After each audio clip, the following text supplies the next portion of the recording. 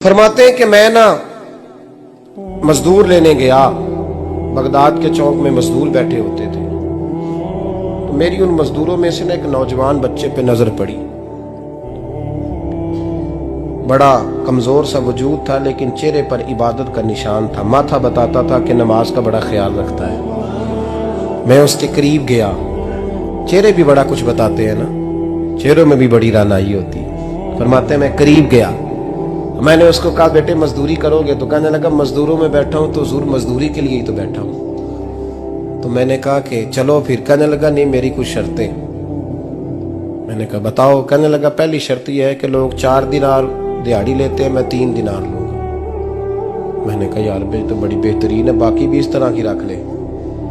उसने कहा हुजूर दूसरी शर्त यह है कि मैं आपकी मुकम्मल बात मानूंगा, लेकिन जब अजान हो जाएगी फिर आपकी नहीं सुनूंगा।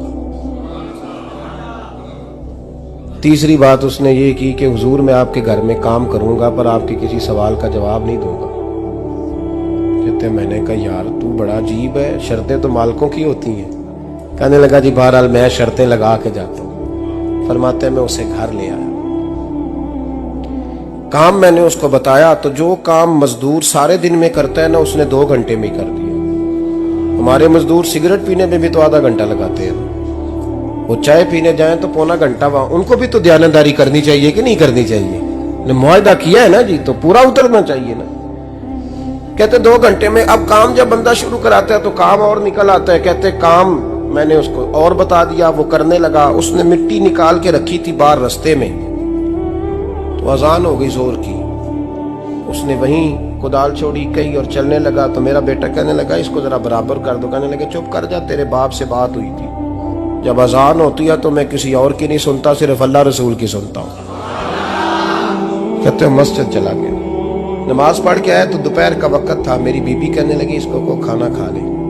कहते हमने कहा खाना खा लो, तो कहने लगा मैंने रोजा रखा, रमजान भी नहीं था, नफली रोजा रखा हुआ।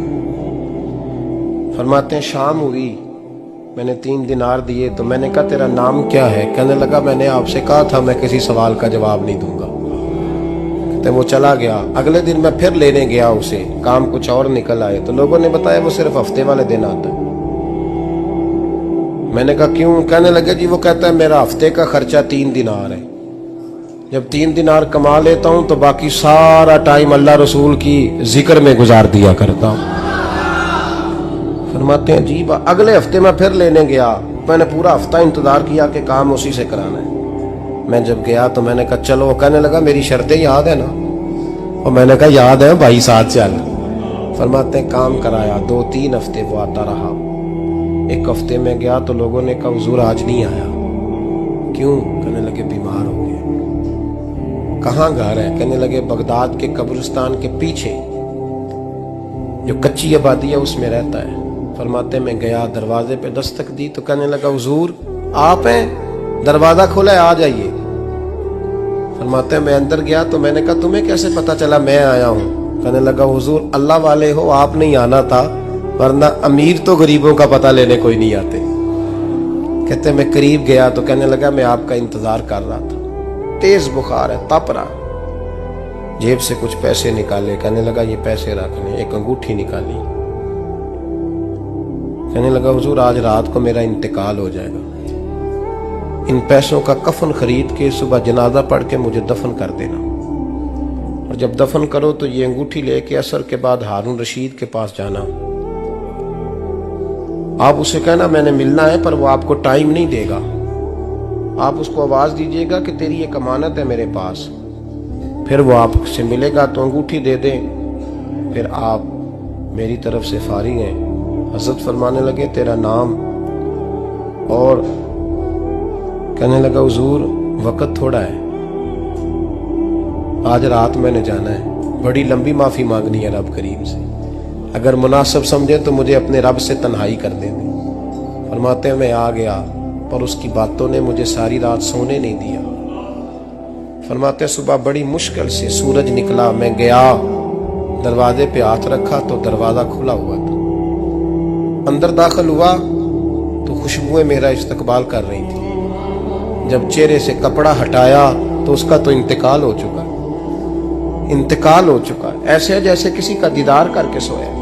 कहते मैं तो 2 आदमी ले गया था जनाजे पे, पर पता नहीं दुनिया किधर किधर से आई, कहां कहां से। अखां जदों मीटियां जमाना मैनू रोवेगा, अपना ते अपना बेगाना मैनू रोवेगा। फरमाते हैं मैं तो 2 बंदे ले गया था, पर पता नहीं मखलूक कहां कहां से आई। जनाजा पड़ा, दफन किया। हारून रशीद के पास में असर के बाद गया, मैंने बुलाना चाहा पर बादशाह था, मेरी तरफ देखा ही नहीं। मैंने उसको कहा तेरी ये अमानत मेरे पास है। फरमाते हैं वो मुझे कोने पे ले गया, क्या बात है, कमरे में बुलाया, मैंने अंगूठी दी। हारून रशीद तो चीखे मारने लगा, कहने लगा अंगूठी वाला कहाँ है? मैंने कहा वो तो इंतकाल कर गया। कहने लगा मुझे कब्र पे ले चल। कहते मैं कब्र पे लाया तो वो लेट गया, तड़प के रोने लगा। मैंने कहा मेरा कलेजा फट जाएगा, ना उसने कुछ बताया ना तूने बताया, ये कौन था? तो हारून रशीद कहने लगा ये मेरा बेटा था। मैंने कहा तेरा बेटा और मजदूर? कहने लगा हुजूर ये हजरत दाऊद ताई के पास बैठा करता था, उनका मुरीद था, मुझे रोज कहता था अब्बा तूने बड़ी दुनिया इकट्ठी कर ली है, मरते वक्त तुझसे टांगे समेटी नहीं जाएंगी, इतना हिसाब नहीं तू दे सकेगा। मैं इसको समझा देता, इसकी अम्मा समझा देती। ये रोज हमें कहता छोड़ दो, आ जाओ अल्लाह रसूल की बारगाह में झुक जाएं। हम समझ। एक दिन ये चला गया, कहने लगा फिर तुम्हारा रास्ता और है और मेरा रास्ता और है। ये सोने की अंगूठी गलती से इसके पास रह गई, गलती से हीरे की अंगूठी चली गई। कहने लगा देखो मेरे बेटे ने आज वो भी वापस कर दी है। फिर तड़प के कहने लगा हारून रशीद था तो ये मेरा बेटा, पर मेरा मुर्शद निकला, मेरा पीर निकला। भाई जिंदगी तो बड़ी थोड़ी है ना। बाबा साहब ने कहा था उठ फरीदा सुते आओ, और दाढ़ी आ गया पूर, अग्गा नेड़े आ गया, पिछा रह गया दूर। उठ फरीदा सुते आ, खलकत वेखन जा, मते कोई मिल जाई बख्शिया ते तू ही बख्शिया जा। उठ फरीदा सुते आ, झाड़ू दे मसीत, तू सुते रब जागदा, तेरी डाडे नाल परीत। मेरा रब हमें भी अपनी बारगाह में कबूल